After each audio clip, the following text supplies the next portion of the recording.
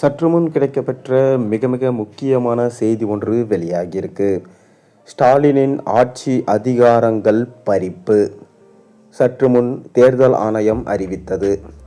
தமிழ்நாடு உள்ளிட்ட 5 மாநிலங்களில் நடைபெறவுள்ள சட்டப்பேரவை தேர்தலை முன்னிட்டு தேர்தல் தேதி அறிவிப்பு வெளியாகியிருக்கு. தேர்தல் தேதியை அறிவிக்கும் நொடியிலிருந்து தேர்தல் நடத்தை விதிமுறைகள் உடனடியாக அமலுக்கு வரும். இந்த விதிகள் தேர்தல் முடிவுகள் வெளியாகும் வரை கடுமையாக அமல்படுத்தப்பட்டிருக்கு. இந்த தேர்தல் நடைமுறைகளை இந்திய தேர்தல் ஆணையம் அறிவிக்கும். அதாவது எலெக்ஷன் கமிஷன் ஆஃப் இந்தியா அறிவிக்கும். தேர்தல் அட்டவணையோடு சேர்த்து இந்த நடத்தை விதிகளும் அமலுக்கு வரும். தமிழ்நாடு, புதுச்சேரி, கேரளம், மேற்கு வங்கம் மற்றும் அசாம் ஆகிய 5 மாநிலங்களின் சட்டப்பேரவை காலம் வரும் மே மாதத்தோடு நிறைவடையுது. இதனால் இந்த மாநிலங்களில் புதிய அரசு அமைக்க சட்டப்பேரவை தேர்தலை நடத்த தேர்தல் ஆணையம் திட்டமிட்டு தேர்தல் அட்டவணையை அறிவிச்சிருக்கு. தேர்தல் தேதியை அறிவித்த உடனே அந்த நொடியிலிருந்து தேர்தல் நடத்தை விதிகள் அமலுக்கு வந்திருக்கு. தேர்தல் முடிவுகள் அறிவிக்கப்படும் வரை இந்த விதிகள் தொடரும்.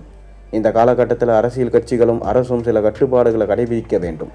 தேர்தல் நடத்தை விதிகளின்படி தேர்தல் காலத்தில் எந்த ஒரு புதிய திட்டத்தையும் ஸ்டாலின் அவர்கள் அறிவிக்க முடியாது. அடிக்கல்லும் நாட்ட முடியாது, விழாக்கள் நடத்த முடியாது, புதிய சாலை திட்டங்கள் கொண்டு வர முடியாது, நலத்திட்ட உதவிகளை வழங்குதல் போன்ற நிகழ்ச்சிகளை நடத்துவதற்கும் தடை விதிக்கப்படும். இது ஆளும் கட்சிக்கும் ஆதாயம் கிடைக்காமல் இருக்க உருவாக்கப்பட்ட விதி. தேர்தல் காலத்தில் அரசு ஊழியர்கள் அல்லது பொதுத்துறை ஊழியர்களை தேவையில்லாமல் பணியிடம் மாற்றம் செய்ய ஸ்டாலினால் முடியாது. தேர்தல் ஆணையத்தின் அனுமதி இல்லாமல் மாற்றங்கள் மேற்கொள்ளக்கூடாது. இதன் மூலம் நிர்வாகத்தில் அரசியல் தலையீடு ஏற்படாமல் தடுப்பதே நோக்கம். அரசு வாகனங்கள், அரசு அலுவலகங்கள், அரசு ஹெலிகாப்டர்கள் போன்ற எந்த அரசு வசதிகளையும் இனி ஸ்டாலினால் பிரச்சாரத்துக்கு பயன்படுத்த முடியாது. அரசின் செலவில் சாதனைகள் விளக்கும் விளம்பரங்களையும் செய்தித்தாள்கள் அல்லது தொலைக்காட்சிகள் வெளியிடுவதற்கும் தற்போதிலிருந்து தடை.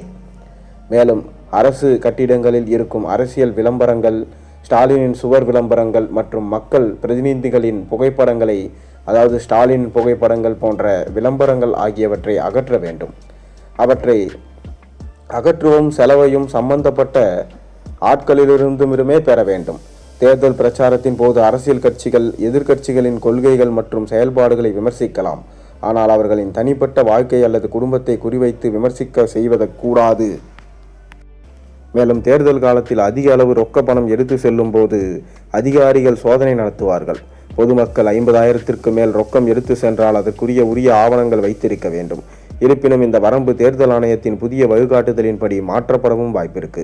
இதனால் தேர்தல் தேதி அறிவிக்கப்பட்டவுடன் இந்த விஷயங்கள் அமலுக்கு வரும். இது ஸ்டாலினுக்கு பெரும் ஆபத்து.